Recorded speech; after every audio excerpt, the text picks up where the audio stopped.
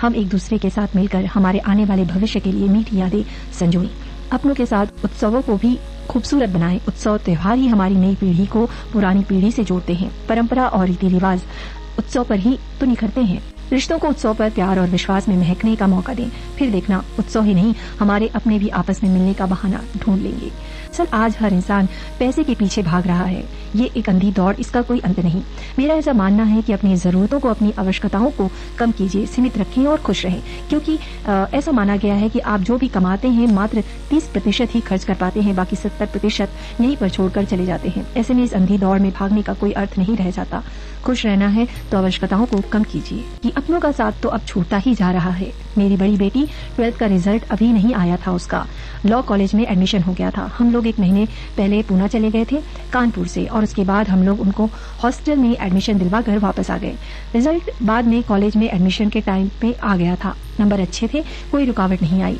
पहली बार कोई बच्चा इस तरह से जाएगा कभी सोचा भी नहीं था। स्कूल खत्म होते होते वो सीधे इतनी दूर आ गई थी। थोड़ा वो भी परेशान हुई और हम लोग तो थे ही, पर मजबूरी भी थी। मैं वापस आकर बहुत रोई थी। बेटी तो कॉलेज में बिजी हो गई थी। मेरी दूसरी बेटी कानपुर के इंजीनियरिंग की, तो वो कानपुर में ही रहकर पढ़ाई पूरी की उसने। उसकी भी जॉब लग गई और वो बेंगलोर चली गई। शादी से पहले ही मेरी लड़कियां घर से विदा हो गई थी। अब सब बाहर हैं। बच्चों की कैरियर बनाने में पूरा परिवार ही बिखर गया। हर बात के 2 पहलू होते हैं, एक अच्छा भी और एक बुरा भी। लेकिन किसी हद तक हम समझ सकते हैं कि जो ये दूरियां होती हैं ये कहीं ना कहीं हमें दुख तो देती ही हैं।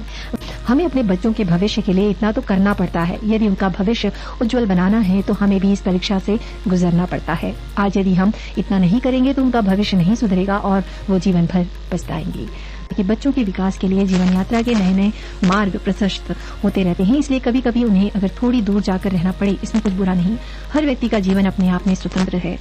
बस बच्चों को या उनके माता पिता को ये बात हमेशा ध्यान रखना चाहिए कि कम जरूरत से जिस चीज की शुरुआत होती है वो धीरे धीरे जरूरत का पहाड़ ना बन जाए और हम सब उस जरूरत के पहाड़ के नीचे इतना ना दब जाएं कि अपनों से दूर होने को मजबूर हो जाए। अपने किसी प्रिय से दूरी कभी सरल नहीं होती। बस जरूरत का दायरा सीमित रखेंगे तो संतुलन बना रहेगा, क्योंकि जरूरतें तो अस्थायी हैं, ये कभी खत्म नहीं होती। इतनी आवश्यकताएं जो होती हैं वो सीमित हो तो उतना ही अच्छा होता है। आज के समय की मांग यही है कि बच्चों को उनके उज्जवल भविष्य के लिए बाहर निकलना ही पड़ता है, जो एक तरह से अच्छा भी है।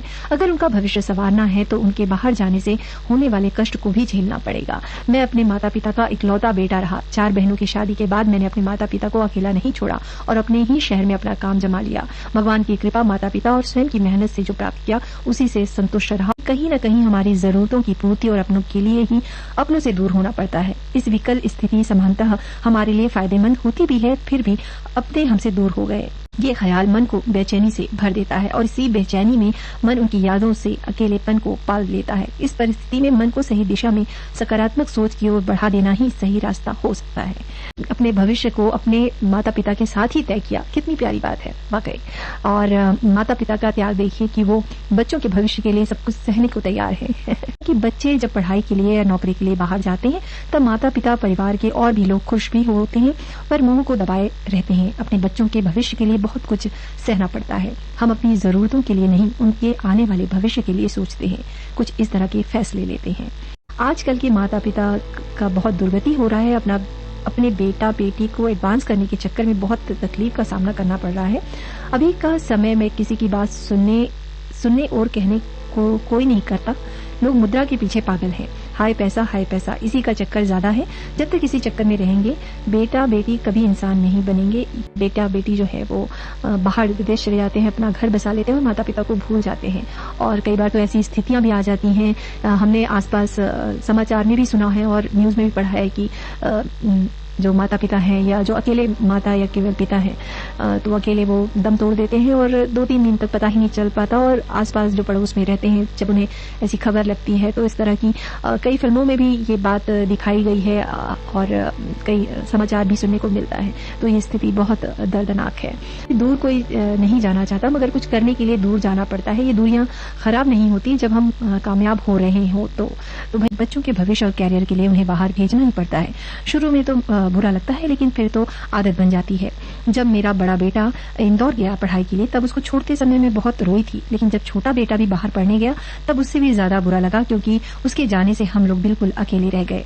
हम अब मेरे दोनों बेटे और एक बहू तीनों बेंगलोर में अच्छे जॉब में हैं, तो बेहद खुशी होती है। कुछ पाने के लिए कुछ छोड़ना ही पड़ता है। कहते हैं कि दूर के ढोल सुहावने होते हैं, लेकिन ये भी सही है कि दूर के ढोल कभी कभी सुहावने भी हो जाते हैं और हमारे लिए समृद्धि के रास्ते खोल देते हैं। इसलिए ये जानने के लिए कि बाह्य जगत में क्या है, घर से दूर जाना तो स्वाभाविक ही है, क्योंकि डाली पर टिका फूल वहीं सूख कर झड़ जाता है। मनुष्य हमेशा से ही तरक्की और विकास की तरफ अग्रसर रहा है, जिसके लिए उसे अपनों से दूर जाना ही पड़ता है। माता पिता भी चाहते हैं कि उनके बच्चे अच्छी से अच्छी शिक्षा प्राप्त करें और समृद्ध जीवन व्यतीत करें। इसका एक कारण ये भी है कि हर जगह पर मनचाही शिक्षा या नौकरी का प्रावधान नहीं होता। माना कि कभी कभी मजबूरियां भी होती हैं अपनों से दूर जाना, लेकिन लौट आने की आशा और खुशी भी तो होती है। दर्द होता है, पर क्या करें, बेटे के भविष्य की चिंता रहती है। आगे चल के वो महान आदर्श बेटा बने और अपने पैरों पर खड़ा हो सके और माता पिता की सेवा कर सके। बात तो सही है कि जब बेटा विदेश में नौकरी करने लगे तो दुख काफी होता है, क्योंकि ये बात छोड़ने लायक नहीं है, क्योंकि बेटा कहीं भी हो, दूर हो माता पिता को याद करता है, उनसे बातें करता है, फोन पे बातें करता है, ऑनलाइन बातें करता है, और जब दुख का समय हो वो वापस लौट कर घर भी आता है। माता पिता भी बहुत चिंतित रहते हैं कि मेरा बेटा कैसा है। दिल को मजबूत करना चाहिए और ऐसा कि बेटा दूर भी रहे और हमारा दिल भी हमेशा उसके साथ जुड़ा रहे।